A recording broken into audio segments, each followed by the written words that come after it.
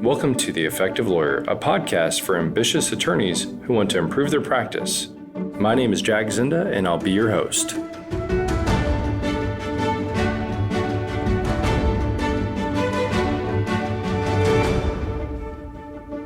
everyone, it's Jack Zinda. This week we're going to be talking about discovery in catastrophic cases.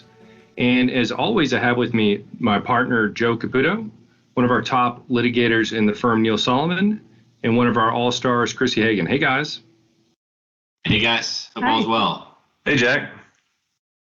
Hope everyone's surviving the apocalypse and doing well today. We're coming at you January 27th, so we're still in COVID lockdown, but I hope everyone's holding up okay. Yeah, you too. I'm getting used to this, just not seeing anybody business, but looking forward to hopefully mingling sometime soon. Well, today we're going to talk about discovery and how you can come up with a discovery plan in a catastrophic or complicated case. I see too often many firms and many attorneys just go with a cookie cutter approach, which I think can both cost you at the end of the case when you get to trial, then also early on in the case when you're not getting the evidence you need. So I thought we'd just start off by talking about what is your general process for coming up with the discovery plan in a case. Joe, how about you?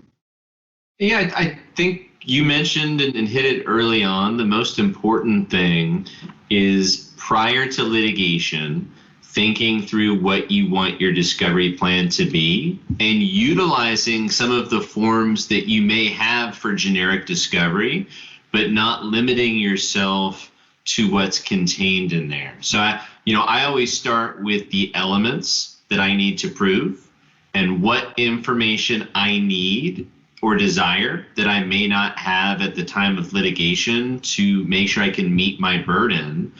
And then I try to develop a discovery plan from there, whether it's a written discovery plan, depositions that I want to take and in what order. And then you have to factor in the cost and the time of all of those as well, and make sure that, you could have a great plan to take 100 depositions, but if it's a $50,000 case, that's probably not the best plan. And so kind of thinking through how you're going to meet your elements, survive that motion for summary judgment, how you can utilize your forms, but think outside of the box and do it in a way that isn't going to cost you too much for the case. Well, one thing that I think is important is to zoom out and think about what's my objective through the discovery process. And I think of the objectives you're trying to accomplish with discovery are, one, obviously to prove your case. So to do that, you have to know what your elements of your case are going to be. Number two, I think through discovery, you're trying to figure out how can I defeat the defendant's case. And I think those two things are really important to keep in mind when you're coming up with what evidence do you need. Neil, what's generally your process when you're thinking about discovery at the beginning part of a case? Yeah, so I think everything that you guys said is part of it as well. But I think another thing that I like to take a look at is, what experts are going to be needed in that discovery process or that we've already hired on. And I think it's really important to get them involved early on in the discovery process so they can help craft whatever discovery you may need. And so we're kind of talking about it in this large 10,000 foot view of all these different types of cases. But I think it really boils down to, what type of case is this? What experts do you have and how they can help you craft whatever discovery you need and what needs to take place. But really going through that route. Well, one thing I like to think about is what is our theory of the case? And so to me, it's what do I want the facts to be in the case that's going to lead to a successful outcome at trial? And then building on that, what evidence would help me establish that theory of the case? And I try to make a list of that evidence as we're coming up with the discovery that we need to go out there and try to get. And I think that can be helpful. Chrissy, do you have any techniques you've used to kind of think through what's the theory of the case or coming up with a discovery plan in some of the cases you've worked on? Yeah, I think that's a good point. So, for example, in a dog bite case, I think about what would be ideal evidence that we'd be able to get. So of course, statements from other witnesses to prior attacks or statements from neighbors or people who know this dog owner or have been around the dog and have been bitten in the past. So I'd make that as a note on my discovery plan, find witnesses who have knowledge of prior viciousness of the dog. And then I have that constantly on my radar when I'm thinking of who I want to try to go speak with or who I might want to depose if we get good information on that front. And then also just being really direct in terms of written discovery. So kind of like Joe said, in a lot of states, you're limited on how many discovery requests you can propound. So in Colorado, for example, where I practice, so you really can't go with the cookie cutter questions anyways. Not that you'd want to, but for example, you only have 30 interrogatories. So you have to be really careful with what questions you decide you want to propound to the other side. Yeah, I completely agree. I think one of the biggest mistakes that I see, I don't know if you guys, is seeing just throwing out questions that don't apply to that particular case. I've seen attorneys that will use, questions that are clearly designed for a car wreck in a premises liability case. And one, it just wastes one of your discovery requests. But then number two, you're really sending a message to the other side. You don't know what you're doing. And I think too often we get into this mindset that more is better. And when a lot of times having a more tailored approach can help. One tip that I found really helpful is I will actually write out my theory of the case. So I've got a list of the actual things that I'm trying to prove. So I put pen to paper on that. Joe, what are your thoughts on, trying to tailor your discovery versus just kind of throwing a big net out there? Yeah, so I use kind of, we have a couple of generic forms that we like to build off of in every case to kind of get us started thinking about the case. But what I like to do is print out kind of that generic form that I typically would have in most cases, think through the issues, cross things out, get my team together and create a separate list of documents we want and questions that we want to ask. And then after we've done that, come set up a meeting. We have different ideas and different ways of getting it, right? You may be able to find out information through an admission request instead of an interrogatory. And, in Texas, those admission requests, a lot less objectionable than an interrogatory, so you may get a straight answer. And so I think not limiting yourself to only, one or two ideas and thoughts, and then also thinking outside of the box is your best way to come up with a good written discovery plan.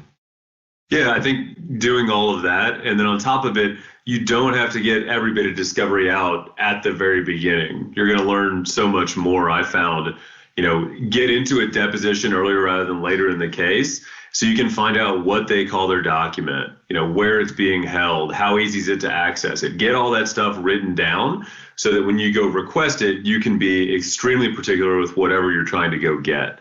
And so creating that new list of documents after each deposition really helps you target what you're going for, because when you are casting a net, even if it is a small one at the beginning of the case, because you're just looking for anything. But I think really targeting as you move along is what's most important. No, and to Neil's point, Christina and I had a case that we were working on last year where, we were really thinking critically about when we wanted to ask for certain documents. It was a DUI case where our client was struck by a drunk driver and they were arrested, and we knew where the defendant had been drinking prior to the crash. And we could have subpoenaed all of the itemized receipts early on in the case, but what we thought made the most sense considering what we knew was let's pin her down, the defendant, to her story about what she had to drink, when she had it, how much she had, without being able to have access, we thought, to an itemized receipt that we'd have to turn over early on if we got it through discovery. And so we committed her to that answer in deposition and interrogatories. And then we did the most fun work, which is, we had sent a spoliation letter to the bar a long time ago. We knew that they were going to comply with the subpoena as soon as we sent it. We send it away. Couple weeks later, voila, we get the smoking gun, which is a completely different order, more drinks than she told us she had, and a completely different time frame. And meanwhile, in the deposition, we pinned her down on the fact that those drinks don't belong to anybody but her. And so we all of a sudden had this itemized receipt, her dishonesty, which was way better for the case than that same information and a more plausible explanation that the defendant could have given if she would have had that in front of her, giving a deposition or an interrogatory response. Yeah, that is a great tip. You've got to think about the order at which you're going to do the discovery. To me, I think there's 3 phases of discovery. First is your written discovery, then there's depositions, oral discovery, then it's the compel issues, because they are never going to give you the evidence to make your case without dragging out of them kicking and screaming. So I think that decision to go after that evidence later really set that case up well, because it showed the dishonesty of the defendant opposed to getting that first. So that's a great tip. Chrissy, do you have any cases where the order in which you discovery made a difference, like Joe laid out? I'm sure I do. It mostly makes a difference when I'm thinking about how I want to take depositions, what order I want to take those in. So if it's a case where you have multiple defendants, just really thinking about being strategic with who you depose first, whether, if it's a trucking case, if you want to take the corporate rep depo first versus a driver. I think it really all depends on the case, but I can't think of a specific example. When would you, maybe like in the trucking context, I really think that's an interesting idea of going corporate rep first. I know that's something we've been doing in some cases. What are your thoughts on that, kind of the pros and cons of going, fact witness first versus corporate rep first? Mm-hmm. And for those that don't know, maybe kind of explain what a corporate representative deposition is. Yeah, so a corporate representative is someone who's speaking on behalf of a company. So when we have trucking companies, we typically would send a letter to opposing counsel laying out all the topics that we want to ask someone about to get them to commit that the person they're putting up for deposition is the person who has knowledge on all of those topics and can speak for the company. And then, it's a lot of times it's going to be questions about training, policies and procedures, the incident investigation.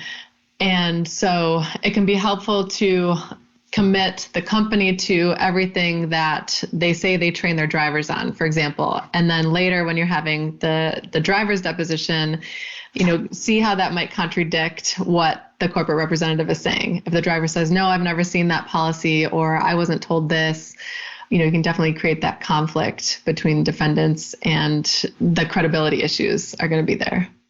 Yeah, I think that's a great point.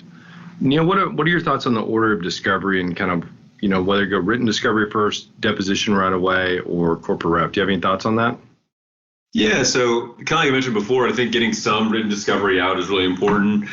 Mining through what you have there so you have something to base it off of. Maybe getting a deposition of somebody. I don't think I generally start with the corporate representative in most instances, but it really is a case-by-case basis. If there's witnesses or whether it be a driver of a company, of the actual vehicle, but get that information, then go back to the well to do the more written discovery while setting up whatever additional depositions needed. So like you said, it's definitely case dependent, what information we have, what information they gave, what we're trying to get. But as long as, I think the most important thing is keeping it moving along so you get all the information you need in a timely manner so you can keep and try to hold those trial dates that are out there. Yeah, I think it's also to think about what are your different discovery instruments you can use besides just written discovery to the opposing party. You have depositions on written questions that can go to third parties that can be really useful to set that up. And a lot of times I look at our job in discoveries just to lock the defense into their version of the case for potentially impeachment purposes later. Because I don't know about you guys, but just about every case I see, I could ask them, please state your client's name. I'm going to get 6 pages of objections citing case law going back to the 1700s, and they may just tell me their first name.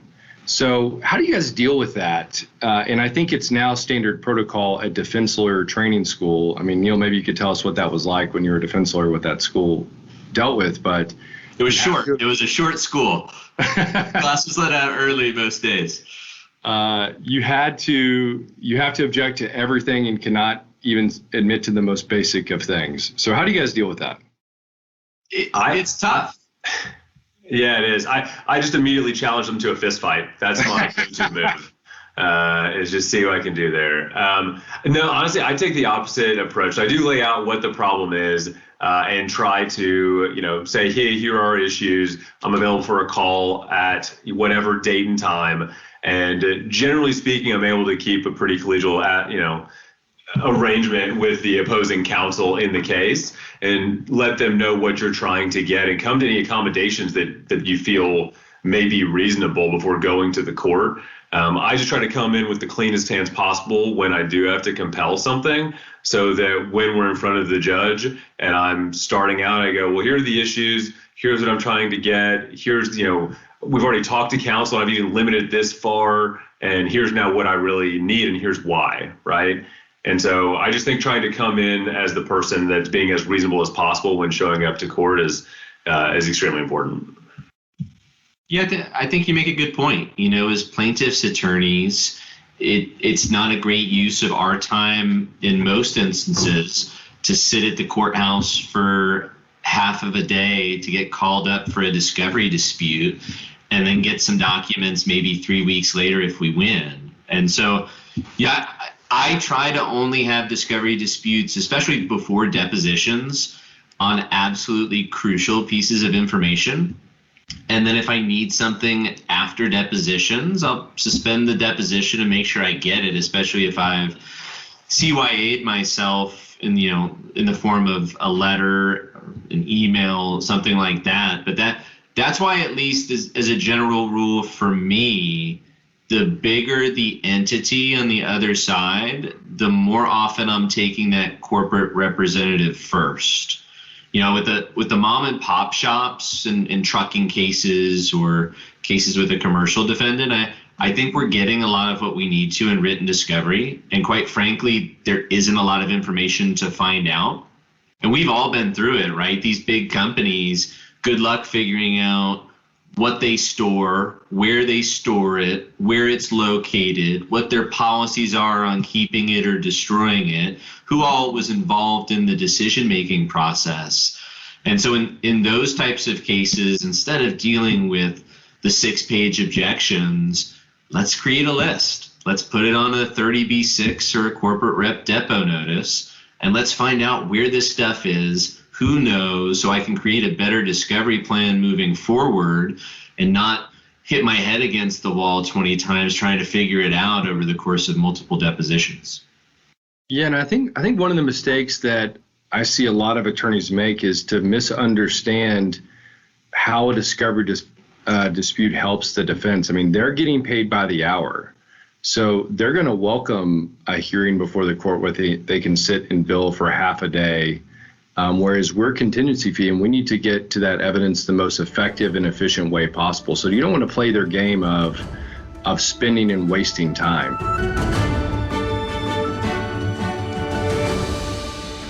Zinda Law Group is a plaintiff's personal injury law firm made up of over 30 lawyers that handle catastrophic personal injury and wrongful death cases throughout the United States. We regularly co-counsel and joint venture with firms across the country. Over the last several years, we have paid millions of dollars in joint venture co-counsel fees to the law firms we work with.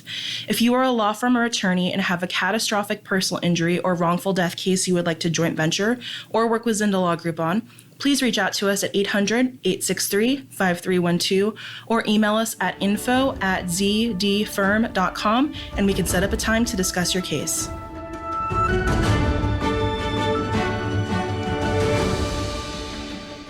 The other thing that I think is really important is to put down in writing exactly what it is you want and get that over to them in the form of a letter if necessary. So you're saying, I actually want this specific information. I requested it with this specific discovery instrument, and I'm entitled to it because of this. And then see what you can get an agreement on when they're sending that back over. Chrissy, I know you've had to deal with a lot of knuckleheads on the other side who object to everything. How do you like to handle it? Yeah, the same way, exactly what you were mentioning. In Colorado, there's discovery dispute hearings. So courts actually did away with motions to compel for the most part. A lot of them will allow you to file some type of brief, going through the issue very concisely in 2 pages or less. So at least the defense in that situation doesn't get to bill to draft, a 10-page motion to compel. You really hold them to their burden of saying exactly why they're not providing this and why they think it's irrelevant or whatever the objection is. And then a lot of times I've had success. Once you get to the hearing, the judge is going to be inclined to allow you access to that information you're seeking if you can show that you've been extremely reasonable through discovery as well, and essentially providing everything that they've asked for in a timely manner. And then, like you said, having a CYA letter of all the times you've attempted to confer, all the letters you've drafted saying why it's relevant information that we're seeking and it's reasonable for them to disclose. And then the judge by that time is going to just be tired with the games that they're trying to play and most likely make them compel the information. Yeah, you got to go in there with clean hands. I mean, judges by their nature are not going to be happy you're in there with the discovery dispute. So you want to make sure it was worth it if you're actually going to attend a hearing on that. Well, do you guys have any examples where the defense was clearly hiding evidence, or when you think they may be hiding evidence, and how you get them to convey that information? One, don't look at your requests for production responses from defendants right before you're preparing for a deposition, right? Never assume that you just somehow were gifted all of the documents that should have been produced. And so I can think of a case that Christina and I are working on right now against a big trucking company where we were desperate to find out the hiring standards that this company had. And they refused to produce any. And this is a company that has, a policy for how to tie your shoes. So I knew that there was a policy for what the hiring standards were and what were disqualifications. And so we had to compel them to produce it. And we eventually got it. They sent us what looked like an archaic document. And we had some questions about it because why wouldn't they turn this over? It doesn't seem to be too damning. And so we set up a corporate representative deposition. And one of the topics was the hiring standards that they had produced. And what do you know? 2 hours before that deposition started, we were produced with the actual current hiring standards of this trucking company, which not only were completely different than the ones that they sent us previously that they hadn't used for a decade, but the new standards actually disqualified the defendant that we sued, whereas the old standard that they sent us didn't. And so, it was a very helpful document, but that was an instance where, kind of persistence paid off, and questioning and thinking critically through the issues allowed us to be in a much better position as to the negligent hiring claim.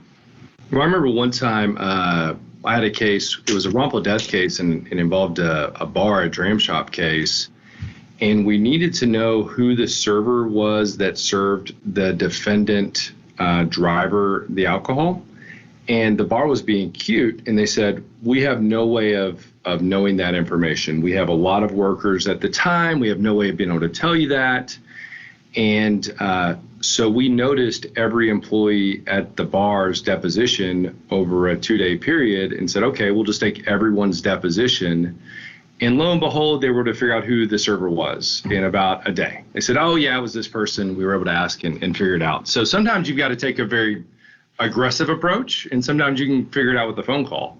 And I try to really size up my opponent early on in the case. Is this going to be someone who is going to be a scorched earth approach? I know Neil and I worked on a wrongful death case involving a busing company where the defense was definitely taking a scorched earth approach on every discovery issue, down to they said none of their records were digitized. They had to go to a warehouse 600 miles away to pull anything out and wanted us to pay hourly for them to do it.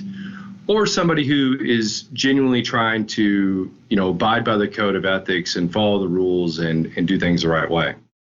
Yeah, in a lot of instances, like I said, kind of reaching across, and if you have that relationship with opposing counsel, coming up and saying, this is the person I'm looking for. I can go, just like you said, I can go take 6 depositions of every single person, or you can point me to the person that's going to be able to talk about X, Y, and Z. And that can help shortchange any issue you may have early on. So I totally agree with that stance.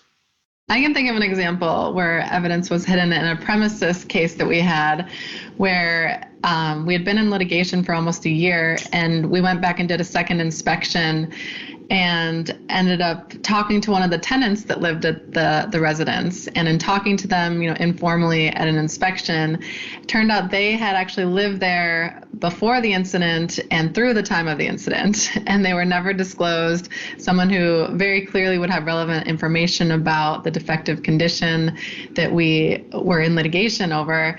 And then I remember it was kind of funny when we noticed that person's deposition, the other side threw a fit. They were like, who is this person? He hasn't been disclosed. Where did you get his information? And we were like, well, coincidentally, he's the person residing at your client's house. That was kind of fun. Yeah. I did have one recently, a case where a trucking company, same thing. There was a witness statement from an independent witness that I had tracked down. And we get all the way to mediation, and then kind of by chance talking to a client, able to find out that there was a statement that was taken by that person. And so then we go look and we find out that it was actually sent to the opposing party's adjuster. So we knew for a fact that they had it and had not turned it over. And so just watching this mediator browbeat the other side about the fact that they're hiding this evidence, and we'd already taken some depositions. We're going to go retake all these depositions, and kind of using that information to increase the value of our case, because there were some issues with ours, was extremely satisfying, to say the least. It's always better to catch them in a lie than to actually get the evidence. I mean, that they always make it 10 times worse by hiding it and you catching them. And that's another clever trick, is if you know they have it in their possession and they did not produce it, you don't have no obligation to produce it for them. You can then use it in a deposition if you need to, if you know they have it, like that witness that they obviously knew was a tenant. And in one game that I see some lawyers play on the defense is intentionally not ask their client the question as detailed enough to actually get the answer, and kind of pretend like, well, they didn't tell us, so we don't know it. And so that's something else I would be on the lookout for is the attorney actually getting the information from the client in as detailed a manner as possible? What are some of the other mistakes you see plaintiffs' lawyers making when it comes to handling discovery? Personally, and this really reverts back to the start of the case, but it is so imperative that you send a spoliation letter that is well thought out and lists documents that you want preserved, and that it is sent to the correct entities, people, or persons at the correct address. Because what you want later, by the time you get into litigation, you're fighting written discovery motions, you're going to motions to quash your subpoenas, there's a lot of time that can elapse. And if you haven't created the burden for somebody, beyond federal rules, if they exist in your particular case, to preserve documentation, you're going to give them a free pass to have lost, destroyed, or misplaced that crucial documentation. And so I would think, kind of like you sending written discovery, I would think that same way in creating and sending a spoliation letter in all of your cases. Yeah, I mean, back, as y'all mentioned earlier, when I was back on the dark side, I think one of the things that was most surprising was a number of attorneys that had just a lack of follow through. They would send the written discovery, never look at it again, and never ask about why this objection was lodged or what was there, or what other documents may be there that was being held under the protection of an objection or privilege. And so just having that follow up to go find out what's there and continue to dig, I think is probably one of the biggest mistakes. I think it's helpful to know the statements, any statements in the case inside and out. So be mindful of how many different statements the defendant could have given, either to, what's in the insurance claim file, what he's told to the officers, what statement he filled out in his incident report with his company, and just know those inside and out when you get to the deposition so that you can, attack him on all the different versions that likely are going to exist. Yeah, that's a great point. Well, guys, these have been really awesome tips, at least for me, and really useful. I hope you all have found it beneficial. If you have any other questions, feel free to reach out to us, whether it's on a particular case or a discovery tactic or how a court may handle something. We're always happy to take questions from our listeners, and hope you found this useful. Thanks, guys, for taking some time out to talk to us today. Thanks, everybody. Thank you. See y'all. Thank you for taking the time to listen to this episode of The Effective Lawyer. If you enjoyed this podcast, please take a moment to rate it 5 stars and leave us a review. To get notified about new episodes that are upcoming or have been released, go to zdfirm.com/podcast to sign up for our mailing list.